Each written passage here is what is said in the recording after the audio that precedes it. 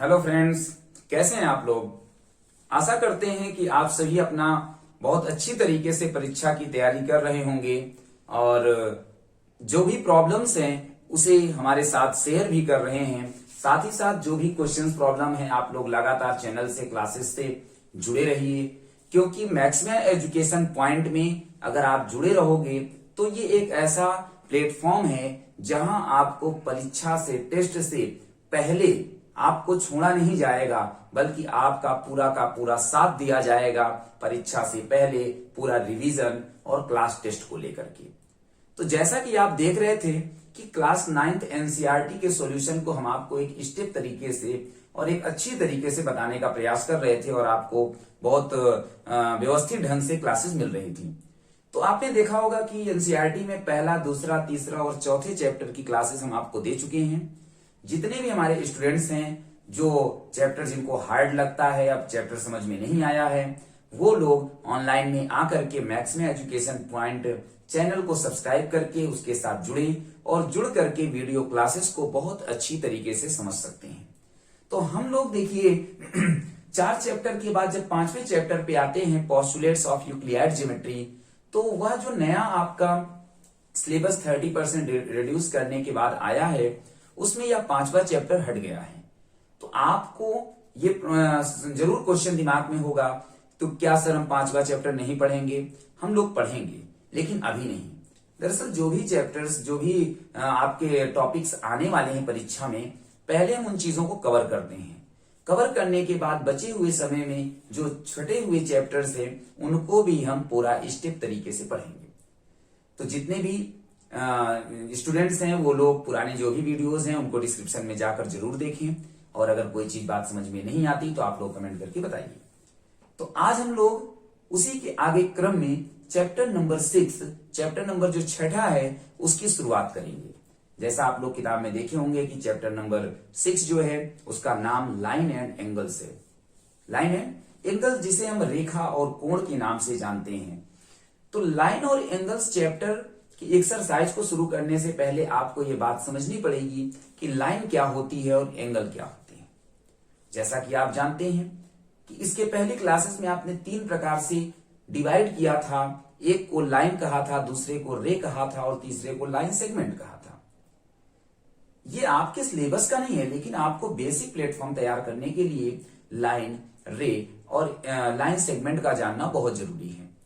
आप रिमाइंड करिए कि लाइन सेगमेंट के बारे में आपने पढ़ा कि a line which have 2 and point, जिसके 2 एंड पॉइंट होते हैं उसे हम लाइन सेगमेंट कह देते हैं, उसकी फाइनाइट लेंथ होती है।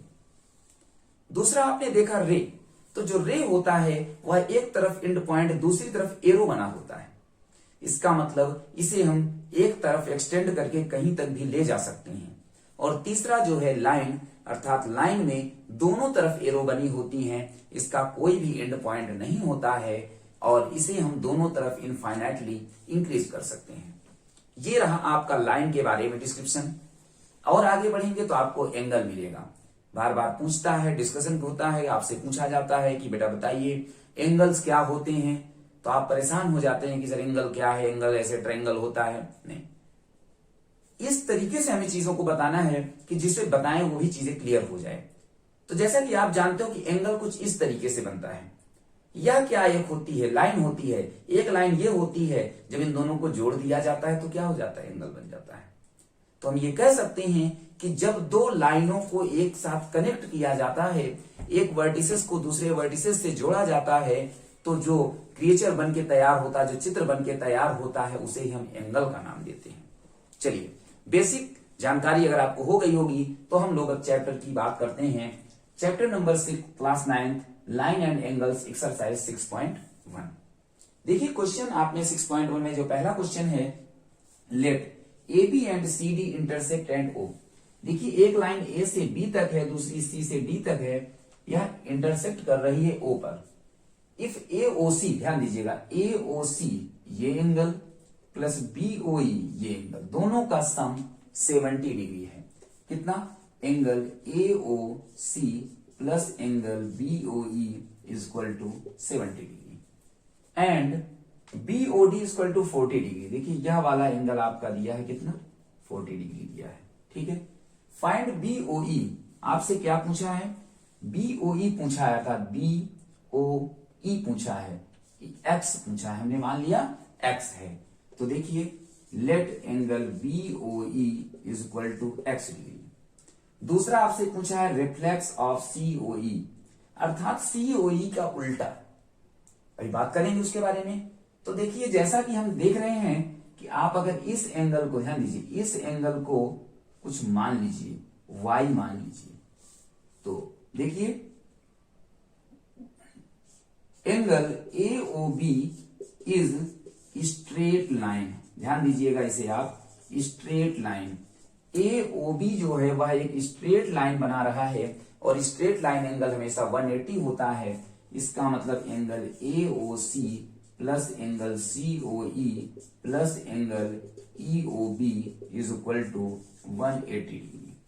देखिए AOC और BOE का मान 70 दिया है, 70 दिया है, तो बचेगा क्या? COE, इन दोनों को मिलाकर हो गया 70 इज इक्वल टू 180, तो COE is equal to 180 minus 70, that is 110 degree. COE की वैल्यू कितनी आ गई? 110 आ गया, अर्थात y की वैल्यू 110 आ गई। अब देखिए फिर आपसे हम लोग यहाँ पे देखने का प्रयास करेंगे। आपसे पूछा है BOE कितना होगा, यह जो BOE है यह कितना होगा। तो देखिए जैसा कि COD भी एक स्ट्रेट लाइन बना रही है, और इसके इधर वाले एंगल भी क्या होंगे? 180 हो जाएंगे। तो angle COD is equal to 180। कौन कौन है COD में? Angle Y plus angle X plus 40 degree is equal to 180।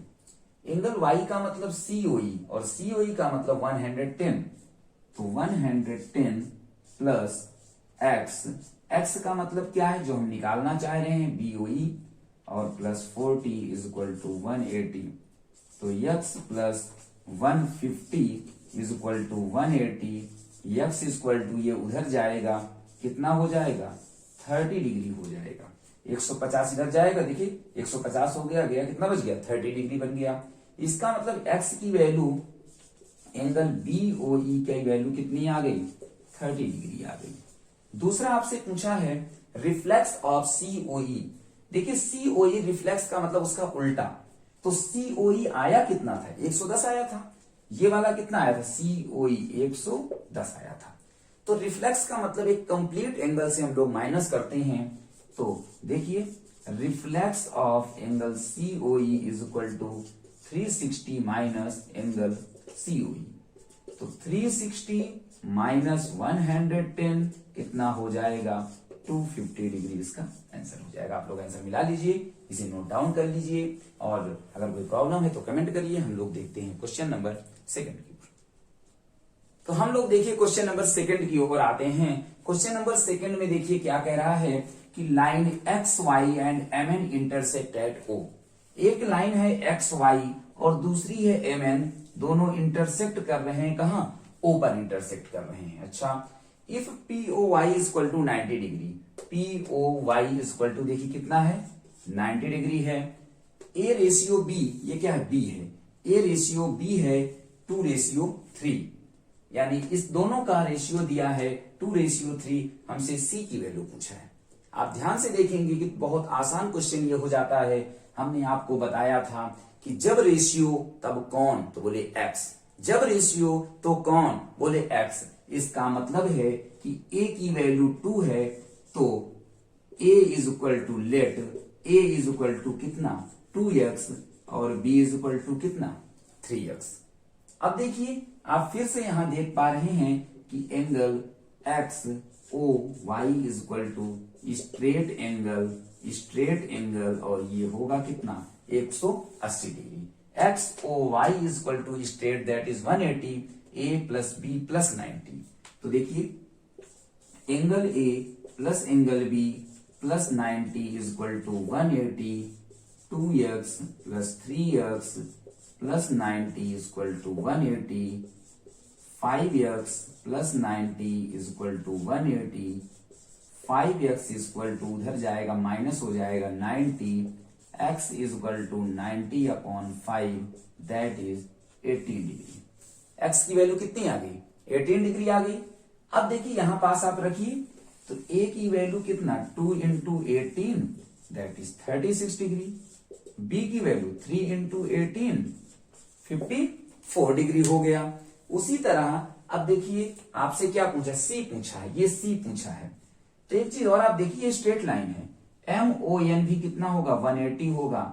Angle M O N is equal to 180 degree. M O N में कौन कौन है, बी और सी है, तो angle B plus angle C is equal to 180।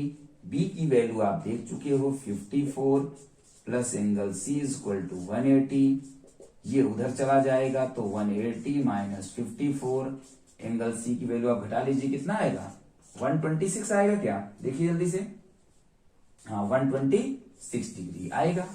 देखिए 4 और 5 2 7 1 8, इसका मतलब आपसे क्या पूछा था, फाइंड सी पूछा था, हमने सी को निकाल दिया। देखिए कितनी आसान तरीके से और एकदम बहुत ही आसान तरीके से आपको बताया जा रहा है। आप इसे भी नोट कर लीजिए, नोट डाउन कर लीजिए जल्दी से।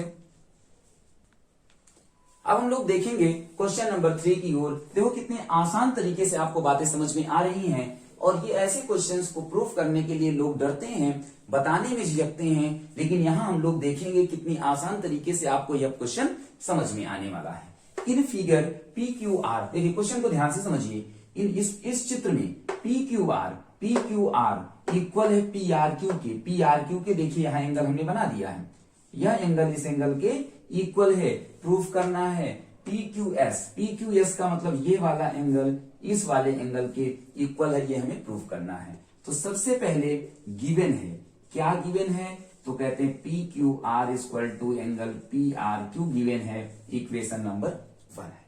जैसा कि आप जानते हो कि एक स्ट्रेट लाइन को जब दो एंगल में डिवाइड कर दिया जाता है तो दोनों एंगल का सम हमेशा 180 होता है, जिसकी प्रॉपर्टी है लीनियर पेयर। इसका मतलब है देखिए यह एक स्ट्रेट लाइन या दो एंगल में डिवाइड, तो angle P Q S plus angle P Q R equal to 180 degree. देखिए angle P Q S plus angle P Q R equal to 180 degree कैसे हो गया, तो कहें लीनियर पेयर से हो गया। लीनियर पेयर में दोनों का सम 180 होता है, उसी तरह इधर भी क्या होगा, लीनियर पेयर में दोनों का सम 180 होगा, अर्थात P are Q plus angle P R T is equal to 180 degree क्यों होगा, तो कहते हैं लीनियर पेयर से होगा। तो आपने क्या किया, देखिए इन दोनों इक्वेशन को, अर्थात इक्वेशन नंबर 2 और इक्वेशन नंबर 3 को ध्यान से देखिए। फ्रॉम इक्वेशन 2 एंड 3, एलएचएस दोनों का, आरएचएस इक्वल है क्या, दोनों का आरएचएस इक्वल है, so LHS will be equal.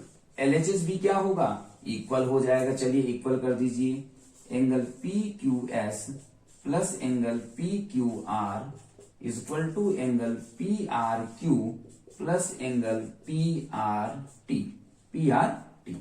अब देखिए इस इक्वेशन में आप लीजिए गिवन इक्वेशन 1 की हेल्प लीजिए। फ्रॉम इक्वेशन 1 क्या कह रहा है कि पी क्यू आर की जगह पी आर क्यू लिख दीजिए, तो पी क्यू की आर की जगह क्या लिख देंगे, पी आर क्यू लिख देंगे। तो angle P Q S plus angle P are R is equal to angle P are Q plus angle P R T.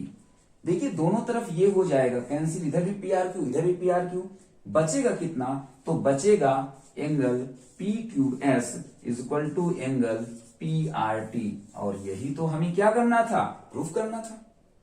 Proof हो गया। तो देखिए कितने आसान तरीके से आपने इस क्वेश्चन को भी सॉल्व कर लिया, तो इसे भी आप नोट डाउन कर लीजिए। और हम लोग देखिए इसी तरह बहुत आसान तरीके से, बस ये कि थोड़ी सी कभी देरी हो जाती है किसी कारणवश, तो आप लोग परेशान मत हुआ करिए। इन सभी क्लासेस को, इन सभी वीडियोस को आपको पूरा का पूरा एनसीईआरटी परीक्षा से पहले सॉल्यूशन दिया जाएगा और समय से पहले आपका कोर्स करा दिया जाएगा। तो आप सभी को अगर वीडियो अच्छी लगती है तो वीडियो चैनल को सब्सक्राइब करें, दोस्तों तक शेयर करें और ज्यादा से ज्यादा लोगों को चैनल से जोड़ने का प्रयास करिए। तो हम लोग मिलेंगे कल अगली क्लास में, तब तक के लिए नमस्कार।